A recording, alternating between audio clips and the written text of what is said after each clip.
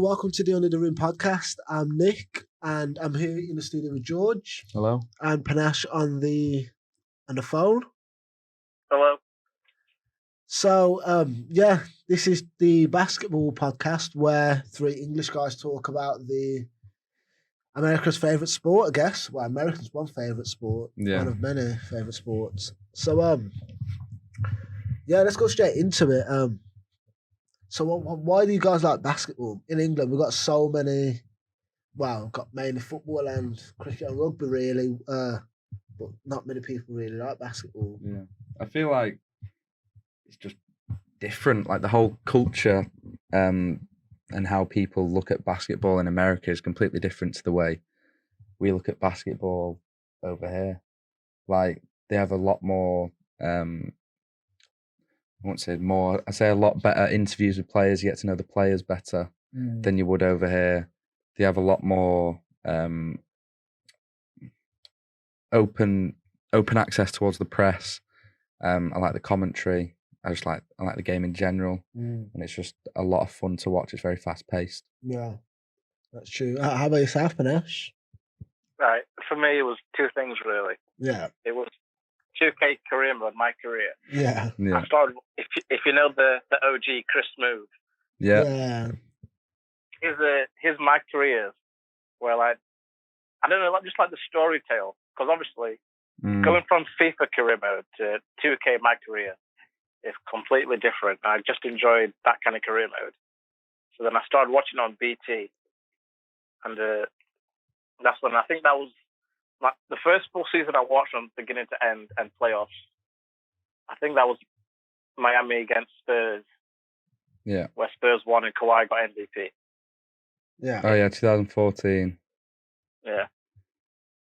So for me, I know basketball, but I never really took interest in it. Like growing up, my family, so it's my brother and my uncles, they were always into it. They were always into it from Dwayne Wade times when he was in his prime, like 06, and when New York Knicks were relevant with Carmelo, like later on. And they were always into it, and they were always just watching in the background, but I just weren't interested. It was always football for me. And it's when last year at college, I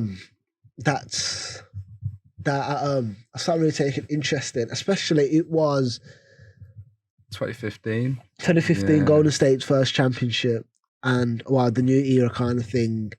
And I just remember like my family member just watching, especially on Christmas Day as well.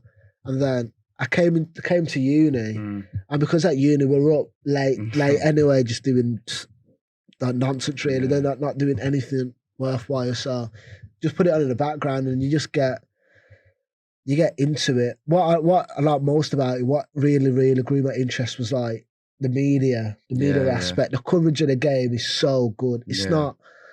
It's very descriptive. It's very like emotional and stuff. It's really in depth. Yeah, it's in depth. Yeah, it's not just reporting the facts and that's it. So yeah, this past season obviously it's just stopped because suspended for 30 days. Suspended for this coronavirus. So instead of just talking of coronavirus and its impact on the game, and that's been covered thoroughly, let's just let's take a look back really to what the season's been so far. So yeah, just kickstart off. What's been your best moment of the season? It's only happened quite recently actually. It was the Lakers beating the Bucks and Clippers in one weekend. Jesus Christ. Obviously, it helped LeBron's MVP chances, which is even better for me. And it's just the way that it happened was just so dominant in the way that he went about the weekend. Took on the challenge of guarding Giannis and Kawhi, and dominated offensively as well. Was the Clippers game a dominant win? I thought that was quite relatively close. Obviously, he won. Yeah, but he was dominant in it. Like he asserted himself throughout the game, and since like half time and from the third quarter, they didn't trail. Like they just kept the lead, kept Clippers at bay. I saw a stat that the Lakers, after winning after the third quarter this year, they're 42-0. Yeah, that's pretty impressive. Not lost a game. Yeah. That is impressive. How about you? What's your best moment so far this season? For me, it was the All-Star game. Yeah. Yeah, I just thought, Good obviously, it was like entertaining because it was still competitive, wasn't it? Yeah. I thought like the new format I did was, I didn't understand it, but when it got to the fourth quarter and they had that goal they had to reach to, I thought, I think it was like 137, I think it was. Yeah. I thought that was good. It's been the And best obviously the All-Star highlight- game that I can remember. Yeah. The highlight for me was Kawhi winning MVP.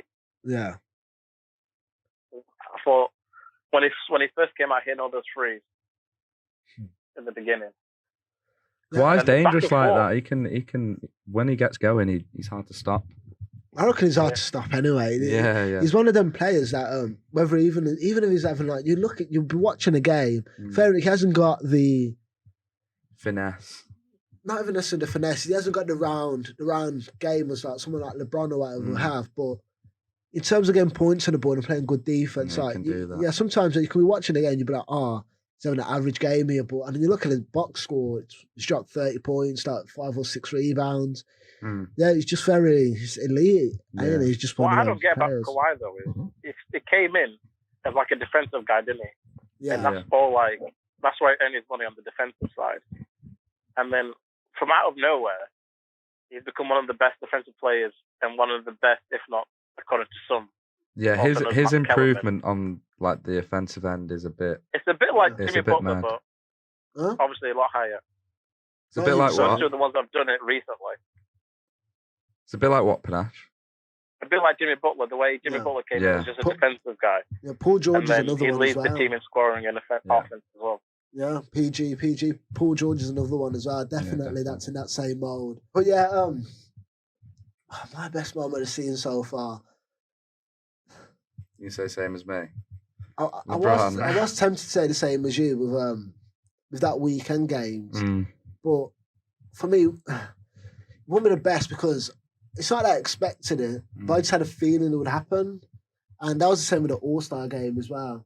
So I'm just gonna go out of the blue and just not out of the blue, a bit left field, and just go with Zion Williamson as like his debut and how he's just playing. Yeah. He's proved me wrong so much. Like every single game that he plays, it's just the hype around him going into the season, everything. He's lived up to it now. Yeah, he's just playing so good, man. That's funny because my worst moment was Zion getting injured in pre-season. Yeah, because I feel like if he was fully healthy from the start of the year, then this Rookie of the Year race would have been a lot closer. Yeah, I've seen a lot of media pushing for Zion to get it, which is ridiculous because Ja Morant has led Memphis to the 8th seed and he's played great all year. Yeah, wait for that. Well, my worst moment was Kobe's death. It's got to be Kobe Bryant's death. I felt like that one was just a bit. Yeah, it's a bit too obvious, but it's one of yeah. them things, man. It's just nobody expected it. It just come out of nowhere. I remember when I first seen the news, it was just like, whoa, Yeah, like that crazy. can't be real. It's one of them people you just look at and you don't think, he can't die. He's not. He can't go like before his time. It's just not. It's not. It's not. Right, It's not right. It's not. I remember my sister texted me saying Kobe's dead, and I said, "What?" She said Kobe Bryant's dead. I was like, "No, he isn't." And she said, "Yeah, he is. Check Twitter." I was like, "Oh, wow." It's crazy when you can just see by everyone's emotions that there was just a lot for the basketball world to take on, and especially like this whole season. It's 2020 as a whole. It's just been a bit weird, man. 2020's probably been one of the worst years possible. Yeah. How about Panache? How about you? What's your worst moment of the season so far? The Washington Wizards. Yeah, just as a whole. Just as a whole. Just everything about them. I don't know, like, Wizards, Knicks, probably missing some. There's just nothing to look forward to. Do you know what happened last year and the year before? I watched at least 60 of the Wizards games just because I just think I like the Wizards. But now I don't even check the score anymore. Yeah. I generally just do not care. And they're going to get a high draft pick. The GM is going to draft someone stupid. And it's just going to continue. I I don't want to talk about it because there's just nothing. There's Well, nothing even to your look forward pick, to even with your the pick last year, Rui Hashimura. He's all right though. I kind of Yeah, it's not bad, but I feel like there was a few players that went after him. Well, that's hindsight. Though. You can't work off hindsight. If you work off hindsight, you get the best pick all the time. But it's one of them things. It's all right. It's not. Obviously, it's not. It's just like It's just like. He's just there, and he's just one of them players that don't really get you excited. I was trying to see who went after him because I feel like. Where did he get picked? He got what? Picked 9th or something. Yeah, it was top 10. Yeah, 9th pick. Yeah. I think 6 days ago, he played against Miami. He played 40 minutes. He went for 0 points, 0 for 8 field goals. Jesus. But he did well on the board, 6 rebounds and 3 assists. I'm going to name 2 players that went after him. There's Tyler Herro and Matty Steibel. See, imagine now, Bradley Beal and Herro. Yeah, right now that could made us like. But you still suffer from the same problems, though. You know that you're really good offensively, but you just can't defend. On to the next one. What's your biggest surprise? It could be a player or it could be a team. I went for OKC / Chris Paul. Mm-hmm. Yeah, that was my pick as well. It's a good obviously, them making the playoffs is a surprise for everyone. Mm-hmm. I think them choosing not to tank is a surprise for everyone. Yeah. I thought OKC had finished on like 20 wins. Genuinely, I didn't see them getting anything. I didn't see them going far either.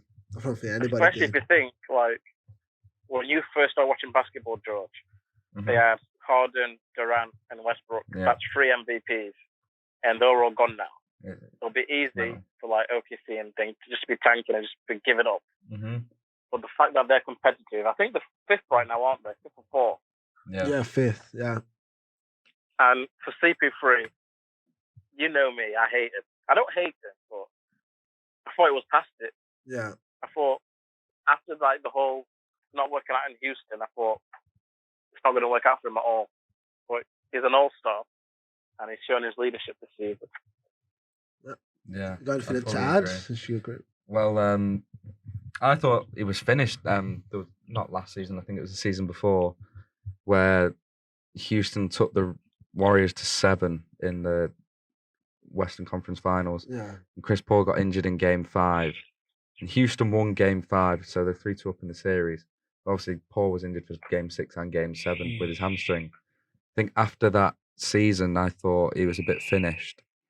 So for me to see him play at the level he's playing at is definitely the most surprising thing for me this year. Yeah.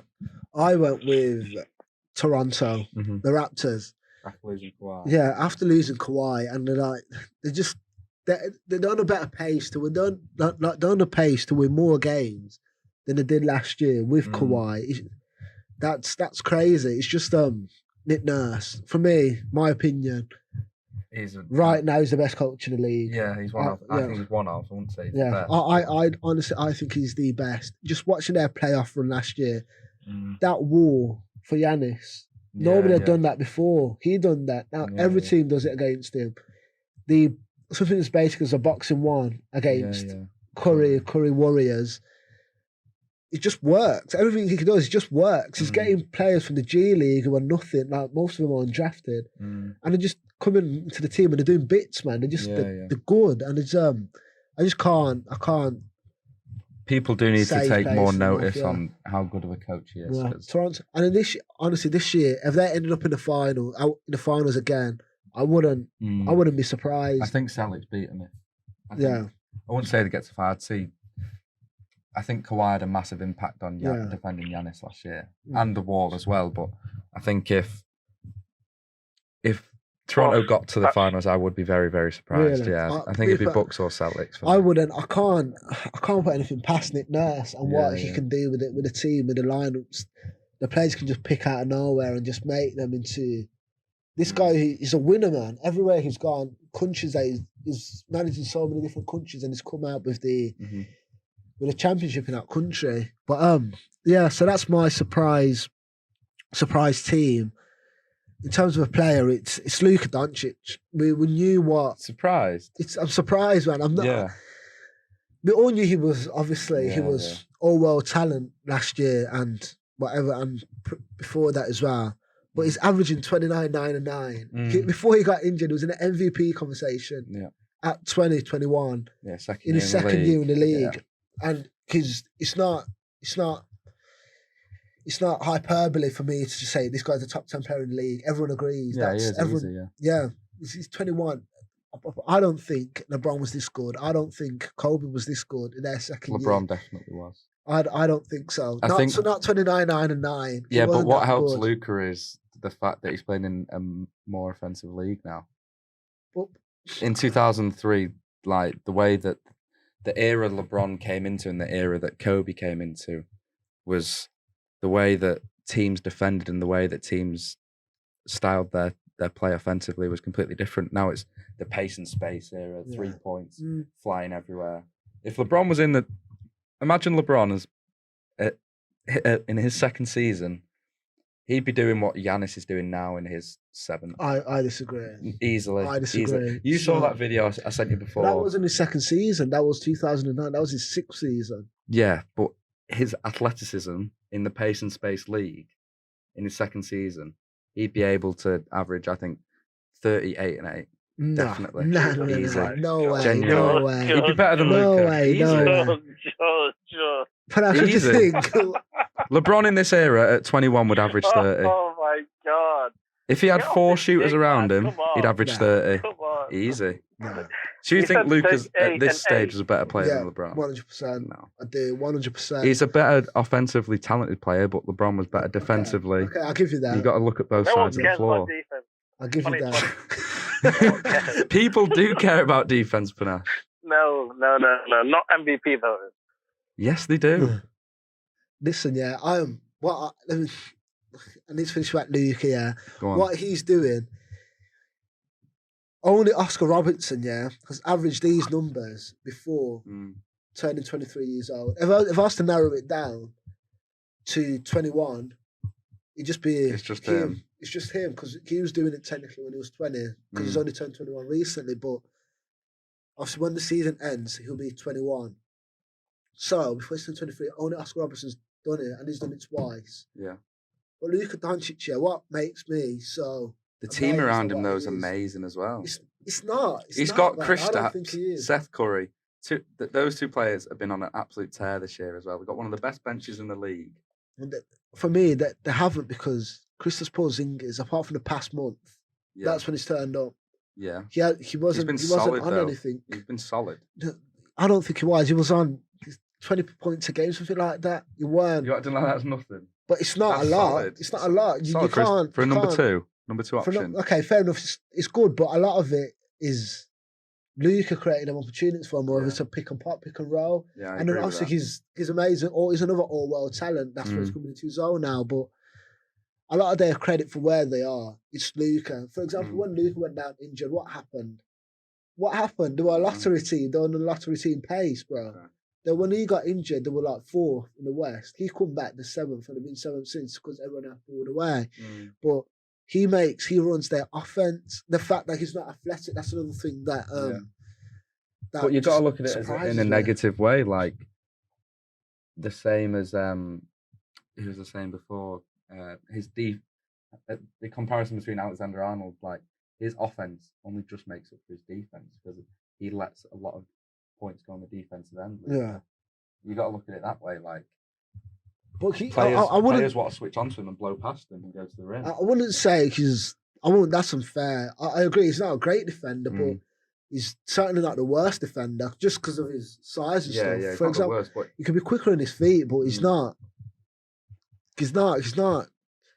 Maybe in a playoff game, I guess you will. You get exposed. You will get exposed. You will like try and target him a bit, but in basketball, especially, so like football, basketball. Better offense is better than defense. Yeah. Especially when you're creating all that. When you're creating, averaging 9 assists, grabbing 10 boards, like you're doing stuff, man. And you could play perfect defense and the player could still hit a shot. Exactly. It's just one of them things. But yeah, I do think Luka has had an amazing year. Yeah. but the It's era not a helps him surprise. massively. But what do you stand on Luka Doncic, Panache? I think he's a good player. That's it. Yeah. I think he's top 10, and I just think he's great. I think he will be the best player when it's his time. And I think not the worst thing, but the best thing about him is that he's just turned 21 and he's already this good. So imagine when he's 25. Yeah. Imagine when he's Giannis's age. The fact that he doesn't have to rely on athleticism is a massive thing for him because he can do all this stuff without having to be too athletic and beat players to the rim and stuff. He can do it purely based on skill. Let's give our award so far this season, and we'll start with the big one. It's MVP. Panache, we'll let you kickstart, get it rolling. I know he's going for already. All right. The guy I'm going for, I think, is the best offensive player in the past 10 years. And I think he'll go down in history as one of the best offensive players ever. He can do everything. He can pass. He can create for his teammates. He can create his own shot. In the past 2 years, he's revolutionized a whole new move, which now players like Doncic, Lillard, and everyone else are doing as well. Yeah. This season has been amazing. He's leading the league in scoring with 34 points per game. He crashed the board for a guard for 6 rebounds, and he's got 7 assists. And I'm going for the beard, James Harden. Oh, shit. I thought you were going to say Giannis. No. You're going for James Harden? I'm going for James Harden. That's my guy. That's my MVP. The guy has been in the MVP discussion as the top 2 candidate for 5 years. Even like when Curry... He doesn't deserve it this year, though. What's he done this year to deserve it? I told you it all, George. Were you not listening? He's averaging 34 points a game. Their teams... How is that not MVP level? Come on. Because it's not helping his team. Have you not seen the run the Rockets have been on recently? George. How can you say... Panache, they just got blown out by Orlando. That's one game. No, and the game before that, they got blown out at home as well by I'm going to get up their recent results. Panache, there is no way James Harden is MVP this year. There's just no way. There is no way, George. There is no way you can say to me, someone averages 34 points per game does not help their team. That's just not true. They got beat by the Knicks, beat by the Clippers, beat by the Hornets, beat by the Magic. Nothing wrong with that. They lost 4 in a row to awful teams, apart from obviously the Clippers. If the Lakers did that, everyone would say, there's no way LeBron can win MVP. Yeah. If the Bucks did that, they'd say, there's no way Giannis can win MVP. Yeah. I strongly disagree, Panache. I couldn't disagree more with what you just said. Like, you can't give it to James Harden. Where are they in the standings? I don't know. They're not even top 5. I'm going to continue. He's the very 6th in the underrated conference. on defense. You are underrated on defense. He can guard in the post. He can't guard on the perimeter. He gets blown by. He don't put effort in all the time. He's actually got some like underrated strength as well, which people think they can bully him, but they can't. Plus, he gets the foul line at will. And plus, I swear it was this season, he dropped like 50 points in like 5 games in a row. How can you tell me that's not MVP? Because they're 6th in the Western Conference. And Westbrook's been playing better than him for the past month. That's what I was about to say. Didn't Westbrook get MVP when they finished like 6th as well? He averaged a triple-double. He averaged a triple-double with probably one of the worst OKC rosters. He had, I think, Oladipo as his number 2 when Oladipo was... he just wasn't the player that he was. And averaged a triple-double, and he was honestly insane that season. You couldn't say anything better about Westbrook that year. There's a lot of narrative around that MVP, but with me... Yeah, and the narrative around this MVP is that the Houston Rockets have gone all in on the best player in the world. They've gone small ball and allowing him and Westbrook... That's to help Westbrook. That's to help Westbrook. You can't gloss over it. You just called him the best player in the world. Best player in the world, Panache. Yeah. His last James Harden. 37 against Minnesota. 30 against Hornets. Oh, no way. Stop. Just stop, please. Yeah, stop. it's cutting you off. Swear down. 37 against New York Knicks. 38 against Utah. So yeah, and look, they lost them all. MVP is the individual That's the title award. of this podcast. You know, James Harden, the best player in the world. Yeah. That's crazy. That's foolish. Talk, man. It's foolish. Anyway, we've got to move on. Who's yours? Who's your MVP? I'm kind of torn because Just say LeBron and get it. no. I would love LeBron to win. I would love LeBron to win it. It'd be his 5th MVP, would it? Would be great. They're obviously top of the West. On an absolute roll whenever he's on the court. The worst when he's off the court. But you can't ignore what Giannis is doing. They've got the best record in the whole NBA. And per 100 possessions, he's averaging 40 points and 20 rebounds, which is it's never been done before. Like, you can't ignore that. It's just it's a tough one because obviously the season's not over. You can't really say who's the MVP should be. But right now, if I had to choose, it would be Giannis. Yeah. I've got similar thoughts, but I've been going back and forth, man, with this whole thing. Feels like this morning I wake up, I'm like, it's Giannis, and then 2 hours later I'm like, it's LeBron, and then vice versa. But right now, right this moment, I'm just gonna go with LeBron. I don't care, but what you say, Panache, I'm just gonna go with LeBron because Giannis has massive case for him, and I do see that case, but for me, what it comes down to, right. what it comes down to at the end of the day, isn't it Eastern Conference? For me, that's what it comes down to. I got the East record in front of me here. So you got the Brooklyn Nets, who were in 7th position. If they was in the West, they would be 13th. 13th, and they're in 7th. That's and then a lot of all them teams. So it's playing the Wizards, the Magic, the Nets, the Hornets, the Bulls, the Knicks, the Pistons, the Hawks, Cavs. It's playing them 4 times a year. So if he's playing seven teams 4 times a year, obviously you can do the maths for yourself. How many games he's racking up them Can points. you do it for us, mate? Huh? Can you do the maths for us? What, 7 times 4? 28. Yeah. 28 games Say no against more. very, very bad opposition. That's that's games that he doesn't need to. But they have been dominant against the good teams as well. Apart from obviously they got beat by Lakers this weekend. Yeah, they beat the Clippers, beat the Nuggets. Okay, apart from the most recent game. Let's put them games in isolation and maybe move them to playoff settings, playoff whatever. Would you back Giannis and the Bucks against the Clippers, the Lakers? No. Have you got, for example, have you even got them? But that's the thing, is it's a regular season award, isn't it? That's true. The thing, you can't hypothetically say, that's if true. it was the playoffs. Okay, I feel like I've made I get your point. I've made a case against Giannis, which is unfair because he could easily, like I was saying earlier, he could easily win this. He probably is the favourite, ain't he? But for me, with LeBron, it's all about narrative. And he's 17, he's 35 years old. Nobody expected him to be doing this, man.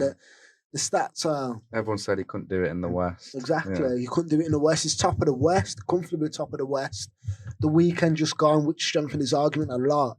He came against the 2 other best players in the league, and he's guarded them, and he's also just outplayed them offensively. And he was just different type, just different level. For me, what makes it gives him the edge over Giannis. One, it's the West, and the second part, his distribution.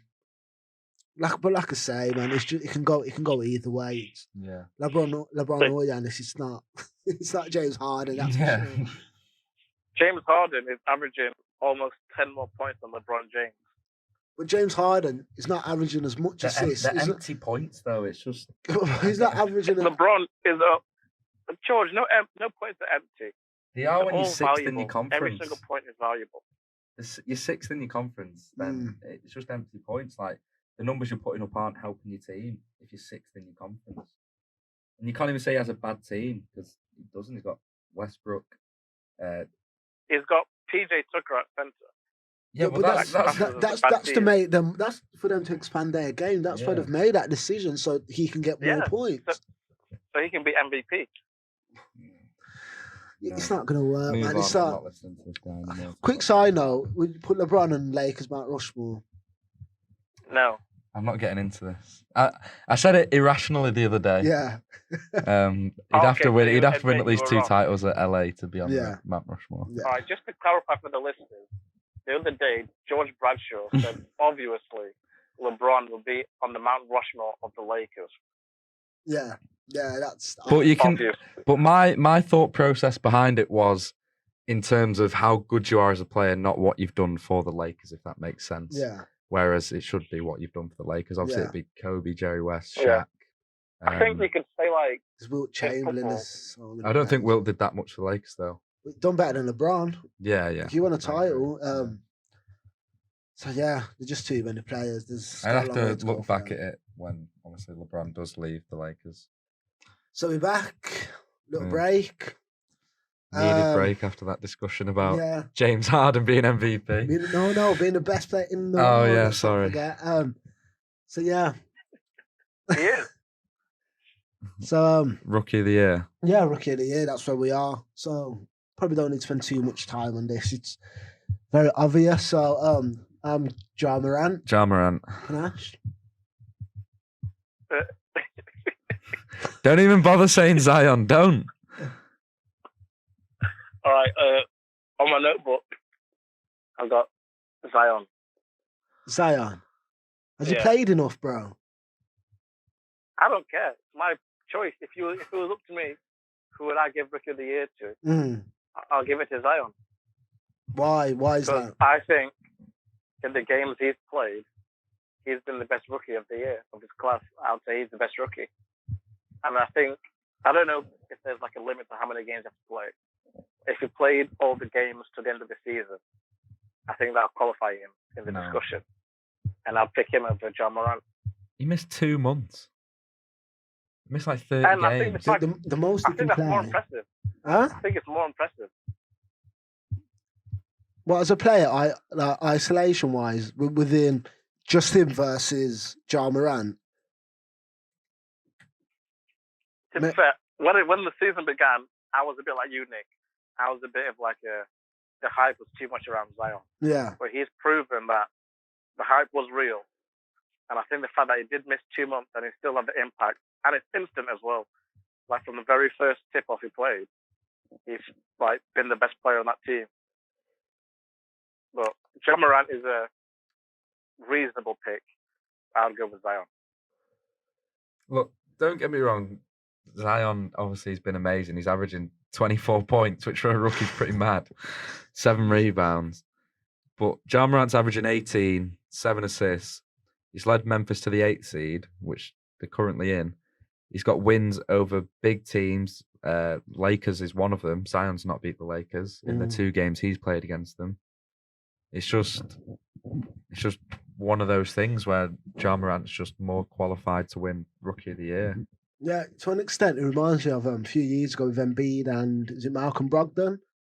Yeah, Where yeah. Embiid, obviously, when he was playing, it was like you could clearly see out of the 2 players that Embiid is the better talent, better prospect. But in terms of that year, you have to take that year in isolation. You can't. It's not. I don't know. It's not historic. It's not a projection award. It's not what you're going to think it's going to be better in 10 years. Yeah. It's that year, that rookie year. So who's come in? But Zion has been amazing. But for me, like I just say, he hasn't played enough games. You can't. And you were saying to me the other day, like he's not in the games he's played. He's not made his team better. Like they've only got like a 500 record with him. Like 8 and 8. Yeah, the 8 and 8. That's good. Yeah, that's made him better. But no, but you can't be that much better if they. No, it's like 2 or 3 games better. Yeah, because without him, they was doing better. 2 or 3 games better is still better. Well, Ja Morant's led them to the playoffs. Like they're 4 games ahead of the far. Pelicans in the 8th seed. Next one is 6th man of the year. I'll start this. I'm going with Dennis Schroeder from OKC. Stole my pick. Yeah. Same. OKC. Yeah. So that 3-guard lineup at the end of the game is just devastating, man. It's too good. Chris Paul, Shai, and Dennis Schroeder. Yeah. Dennis Schroeder. Yeah. They just he's just come off the bench. I think this year was his first year as well, coming off the bench. It's not Second or Yeah. first or Yeah, I second. think it was his second. second. Then he's not really experienced at doing this. He's Yeah, just he's not new, accustomed to it whatsoever. But and he's just playing out, man. He's averaging more points. I think he's averaging 19 or 20 a game, which is more than Montrezl Harrell and Lou Williams, who'll probably be his closest competition. And of course, they've got the continuity of that team where they've been together for ages, whilst this OKC team, the majority of it just being thrown together without really getting any warning. It's just kind of happened, and they've just exceeded expectations all year. So I'll give it to him. Nash. All right. I've not gone Dennis Schroeder like you two. I've gone for Sweet Lou. Yeah. And I've got 3 points. The What's Drake that? song, Six Man. He's a starter playing as a bench player. I think that's well recognized. Yeah. He's underpaid. He's kind of underrated, or he has been. I think he's getting his appreciation now. And the fact that he plays clutch minutes because Beverly is a bum. That's my last point. And I think it's Sweet Lou. But Points are stupid. I would go for Dennis. I would accept Dennis Schroeder, 6 man. But I think my pick is Sweet Lou. Yeah. You can't say because he's underpaid though. That's the reason to pick him as 6 man. That's not a reason. I'm just saying my appreciation. You know, okay. Another point why I like him. But The reason I'm picking for 6 man is because he plays clutch minutes. Yeah, honestly, Lou Williams, even Montrezl Harrell, you can't. All these three, for me, this award was, in terms of depth, like the amount of players. For me, MVP is just a 2-horse race. Yeah. 3. No, 2. 2-horse race. Yeah, Rookie of the Year. It's a 1-horse race, but at the Yeah. maximum, it's a 2-horse race. You won't look past Zion. 6 man. 6 man, yeah. It's 3 people you can definitely all give it to, whatever you're feeling, really. I think 4. You could have argued early in the year for Sabonis from Indiana. Yeah. But they fell off a bit recently. So. Yeah. And he's been starting though. Yeah, he Since, has been recently since Oladipo came back. Yeah, he's been really good. But yeah. So the next one is Defensive Player of the Year. Who wants to start with this? I'll let you go. Me? I'm gonna go with Anthony Davis because he's missed games though, man. He has missed a lot of games. He's not missed as many as you'd think though for Defensive Player of the Year. Even though I've just picked him, I'm going back on it now because I don't like his fragility. I really hate that. It really annoys me. But obviously, you can't do it if you're in pain. You're in pain. It just doesn't. No, let me stay with it. Man. It's Anthony Davis. His defensive impact, as well as his offensive impact, is just it's just elite. But in terms of just defense alone, is this just a defensive award? It's just amazing when you can guards, and then on bigs, you can literally guard them just as well. It's scary. One thing that else comes to my mind is when they play against Denver and he has to play against Jokic, who's probably the best centre in the league at the moment, with Embiid's health issues and stuff like that. Yeah. I'm being a bit unpredictable. And it just completely nullifies him every game. He can't do anything. He's on clamps. Literally, he's locked down. He's locking down. He's throwing away the key. He's very, very good. And then he gives you that offensive production as well. And LeBron helped his case as well by just saying, Anthony Davis, Defensive Player of the Year. In terms of media hype. Yeah.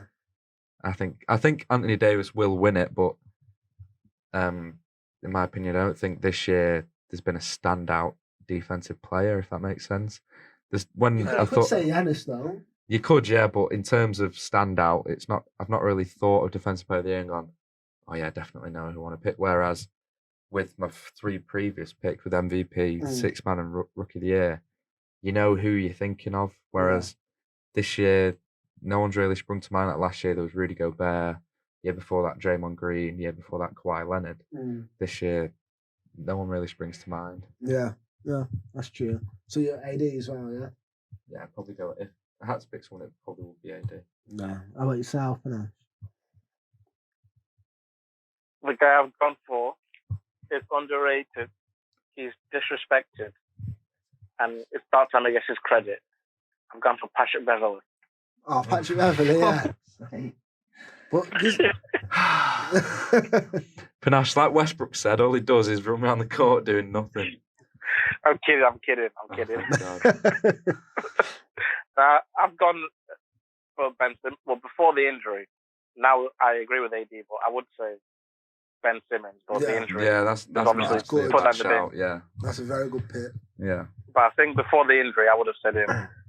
Just because he can guard from between 1 to 4. Mm-hmm. And he actually plays defense. Yeah.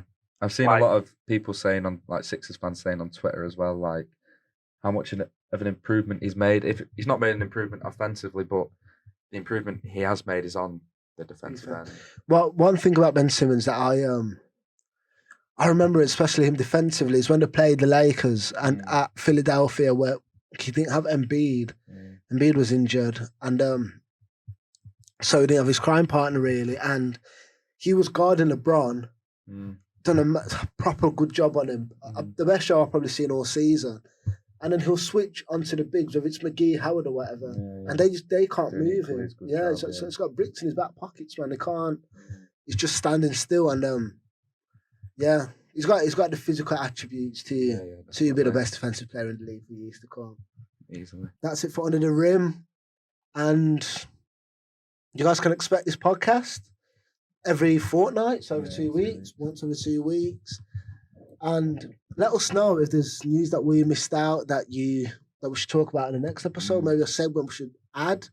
But yeah, it's been a pleasure. It's been a pleasure. Good first episode. Yeah. So make sure you like, comment, subscribe. Like, comment, share, subscribe. Yeah.